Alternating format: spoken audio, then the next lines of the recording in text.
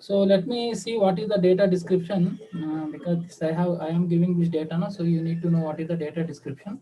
So this is one of the publicly available German credit data. I mean, if you go and search in Google also, you will get it very easily, this data. If you go and search German credit data, credit card data set, you see, you will get UCA mission repository mein, you will get the data folder, and this is what the data we are using. But this has 1,000 people, but we are using only 600 data. Okay, this is the uh, German document. So here you have the description for all the variables. What is first variable? What is second variable? Like that. Okay. Attribute 3. We have like 20 attributes are there, and one is the good or bad. Okay. So same thing. If you see, I am anyway giving this PDF. It is data description is there here. 1 minute. So if you see the data description, it is there. What we are trying to do is basically, I will give this thing, you just use the same format. So this is what we have: 13 variables, x1, x2, x3. All x13 variables are categorical variable, and 14 to 20 are continuous variable. That means if you see this data, so we have first 13 variables are categorical variable, sorry, 12 variables. 13 onwards we have continuous variables like loan amount, number of credit cards, amount, everything. You see the data description and do that. So now what we are trying to do is basically, your project is basically, you need to, oh sorry, oh shit. Okay, I didn't say in the name. Okay, you basically need to classify the whether the credit risk is good or bad based on the this data. Understand? Following అర్థమవుతుందమ్మా వింటున్నారా? Hello Yes, sir. Yes, sir. అర్థమవుతుంది. Okay okay nobody. So first what we are trying to do, first అర్థమవుతుంది కదా, your problem is basically finding the whether the credit risk is good or bad using all other variables. You have many variables, 20 independent variables are there, out of which 13 are categorical variable, 7 are continuous variable. When you see the data description, you will understand. Okay, so first what I am doing, I am just reading all the required libraries into Python. Then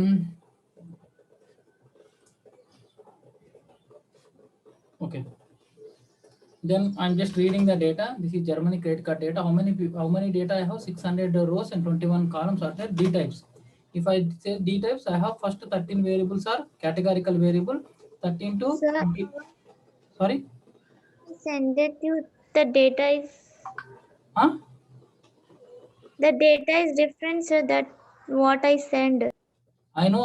I told you that what you sent is this data, na V1, V2, V3. No, sir. Then what data? But anyway, you can take this project now. This is good project. You have done something on your data. I send it that data, sir. Bank related customers. But you send the text data, correct? Text me. What is your batch number? Which Tell me. I will open the data. The problem. group, sir? What is your group? Group 1, sir. In my data, we have columns like job, education, So what if what? loan, housing. Hmm. Because in that we have many categorical No, variables. this is like 10 variables. I have 20 variables. You are doing more advanced data, na? Why don't you use that data? Hello. Okay, sir. Hmm? What, sir? Sorry, I didn't listen. So what I am saying is basically this bank data, you have only 13 variables are there. But in my data set, I have 20, and this is bigger problem than that. Now, why don't you use this data unless until you have developed some program with this data? You have done any program with this data? No, sir. So then we'll use this Okay, project. sir. Now, this is the big project actually. This is what. So here we have 20 variables are there. What are those 20 variables? Let me show. These 20 variables are basically, if you open the Germany document, these 20 documents are basically attributes of description of the derma is basically duration of the month, credit history, where the purpose of the loan, and We are not credit. able to see What? screen. You're not able to see the screen. Hello. Oh, sorry, I didn't say the screen. Oh shit. Sorry. Yeah, okay, let's start now. So what I am saying is,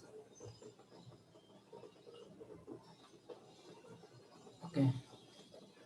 1 minute, yeah.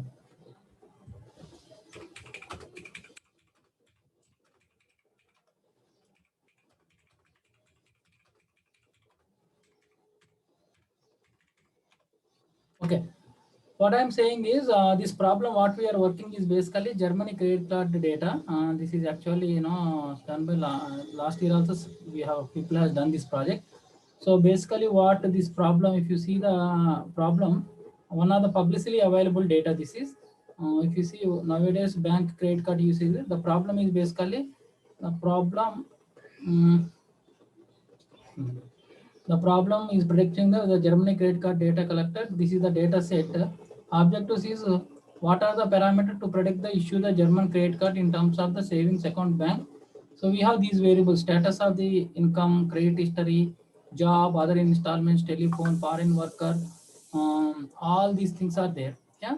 So now we need to calculate the predict the credit risk based on these 20 variables. That's what our project. So we basically upload all the respect to libraries and read this data, and these are the all the variables. Now we are seeing the data set at 10. If you see x1, x2, x3, these are all categorical variable. 13, 14 onwards we have continuous variable, and dependent is our dependent variable. I just randomly took the 600 people. Original data has 1000 people, but I took only 600 people for our project. Then the first step is basically we need to see the descriptive statistics. If I say descriptive, so it will give descriptive statistics for all continuous variable x13, x14, x15. You see the respective description in your data. What is the mean, medium, 25, everything it will give. Then what you need to do is basically you need to see is there any missing values. But in this case there is no missing values. In case of any missing values, we will replace by mean, but we don't have that problem here. Then what we need to see, the same thing we are seeing picture through a picture all the missing values. If you see there is no missing values, then we need to see what is the percentage of credit risk as good and bad in our data. So for that we will see the description. So we have 300, 300. Right? I took the data like that.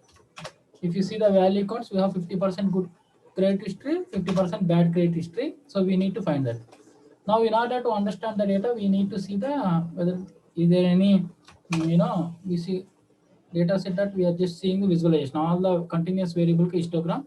Some are normal distribution following, some are not following. And we also see this thing. Then actually, in order to find the outliers, we do the box diagrams. I am doing box plots for all the variables, and somehow identified some of the outliers. So I remove the outliers by using the quantile technique. If some outliers are greater than 80 percentile, I have done the outlier corrections and removed the outliers. Okay, this is what I have done. There is no outliers. Then what I try to do, because our dependent variable is credit risk is good and bad, which is categorical variable. Now we need to understand the independent versus dependent relation. So we have 20 variables, out of which 13 variables are categorical variable. If you want to understand the relationship between the two categorical variable, we'll do the chi-square test. So that's what I have done here. Cross tabulation x1 and dependence depend y1. So dependent variable, good or bad risk. Then I am calculating the observed frequency table. Then I am also finding the chi-square data and trying to see whether the particular variable is significant or not. Three things are happening here. This is your observed data, this is your predicted data, and this is your p-value. And this is the chart. If the p-value is less than 0.05, in this case, it says the variable is significant with the dependent variable. Similarly, I did for x2. How many variables we have like this? X13. So why we did the chart for two categorical data?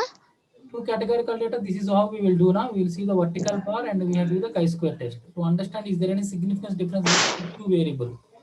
For two categorical data we have to select, sir. Sorry, for two categorical variables only we have done the chi-square, na? No, means we have many categorical Now we are doing data. each one. First we have done it for x1 variable, then we are doing it for x2 variable. Oh, okay, See, okay, sir. Aram say. Then next we are doing for x3 variables, all 14, 13 variables, we need to paste it in your thesis. X4, and here you need to see the p-value. If p-value is less than 0.05, we can say it is significant. If you see here it is more than 0.05, that means it's not significant. That means these proportions are equal. That means it is not differentiating any good or bad risk. But some places you see here the p-value is also more than that. It is also not significant. But if you see the first case, the p-value is less than 0.05 here, because not here. That means somehow if you can see this red is high, that is it's affecting. See, this red is high in all the bars. That means this particular variable is giving more of bad credit risk. Okay, that's how we need to see. Then this is what our 6 variable, all 13 variables will do it.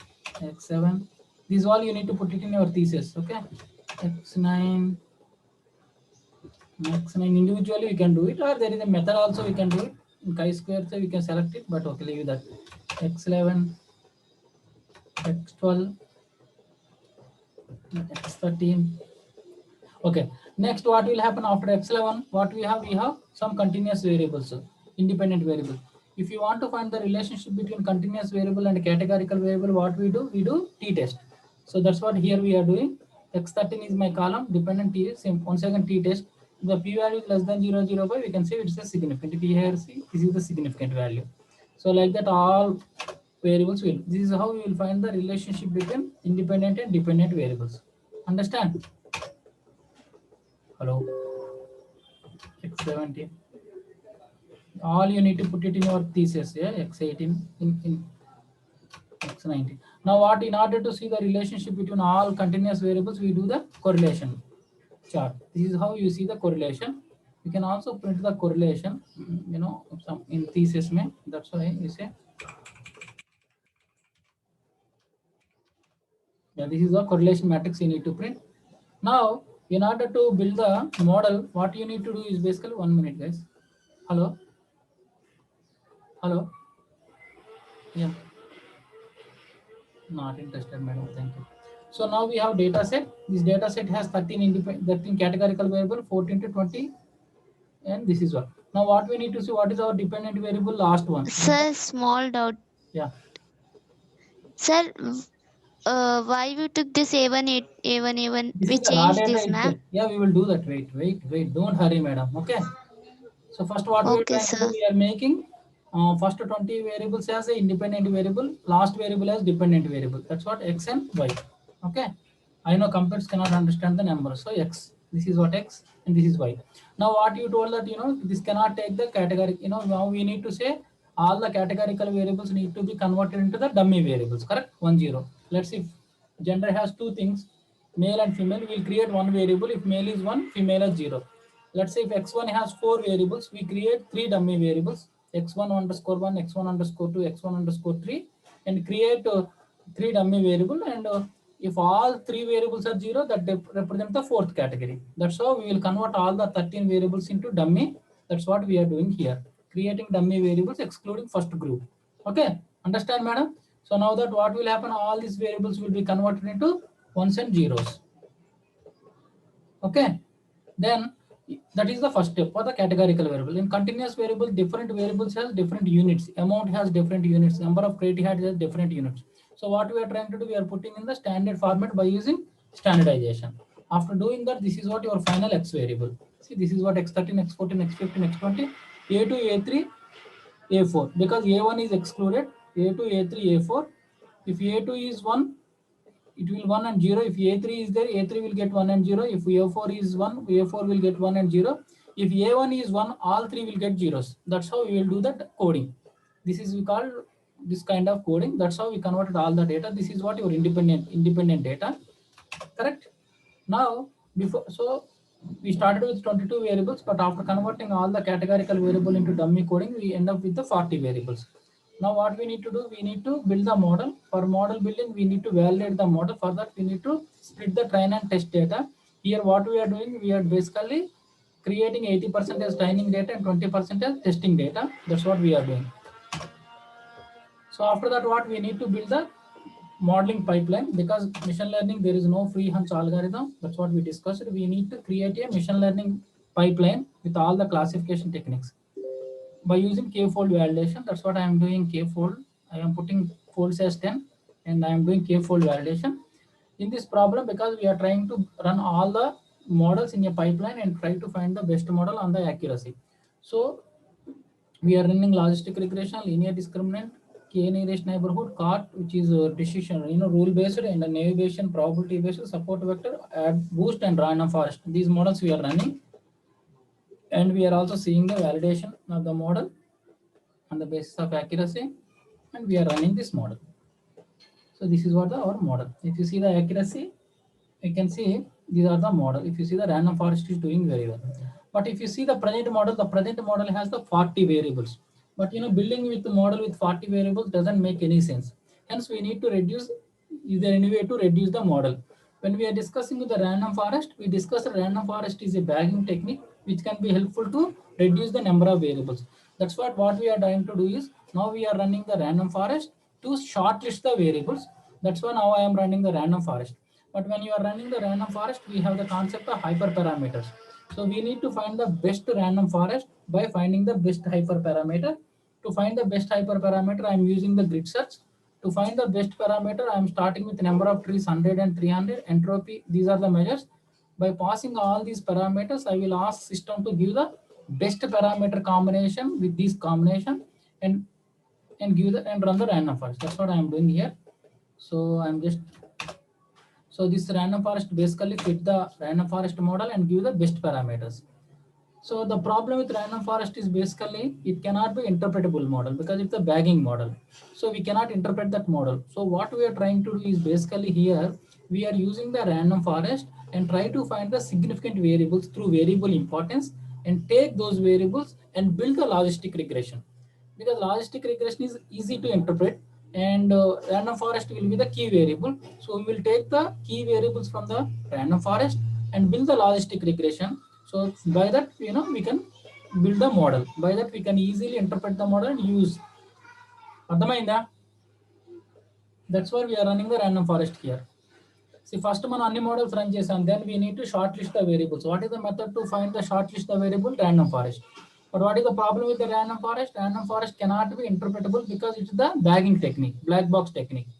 So because it does the multiple models.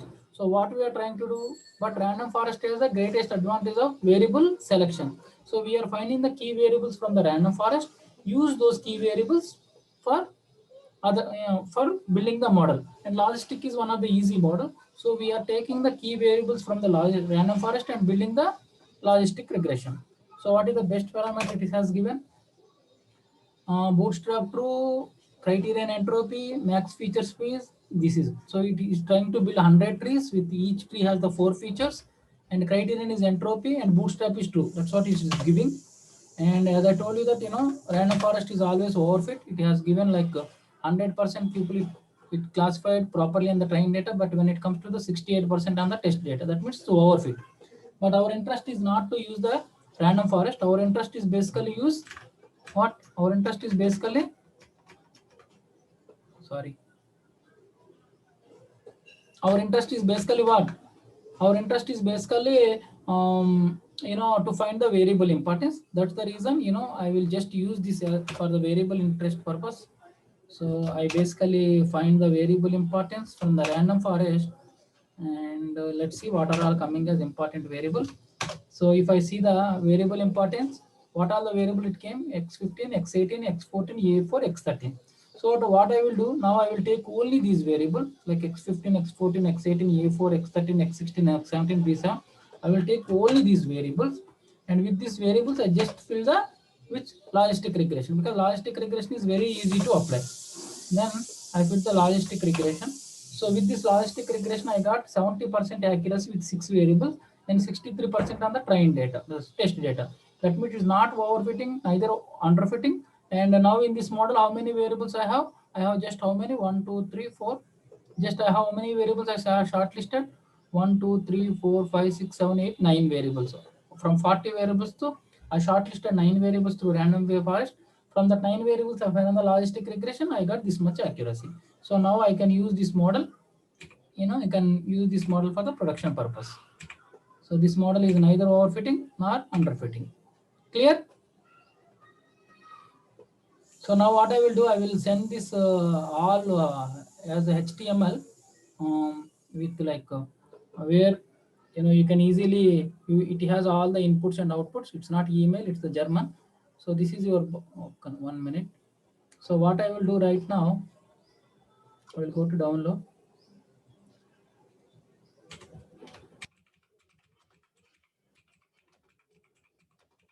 Risk. So what is your group? This group na projector.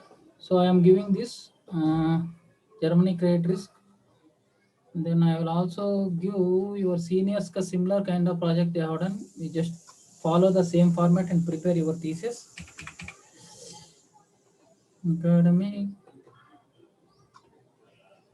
Sem 3 2021 Python projects for Viva, final projects, price stats, Germany credit data. See, so I given that thing. Which thing I have given the thing I am giving the data, Germany credit data I am giving, and this is the PDF actually.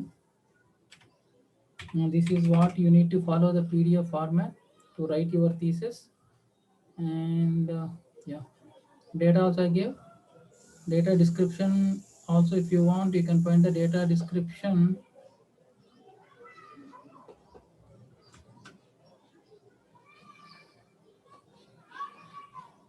Okay, with this you guys work on this. Clear? Any doubts?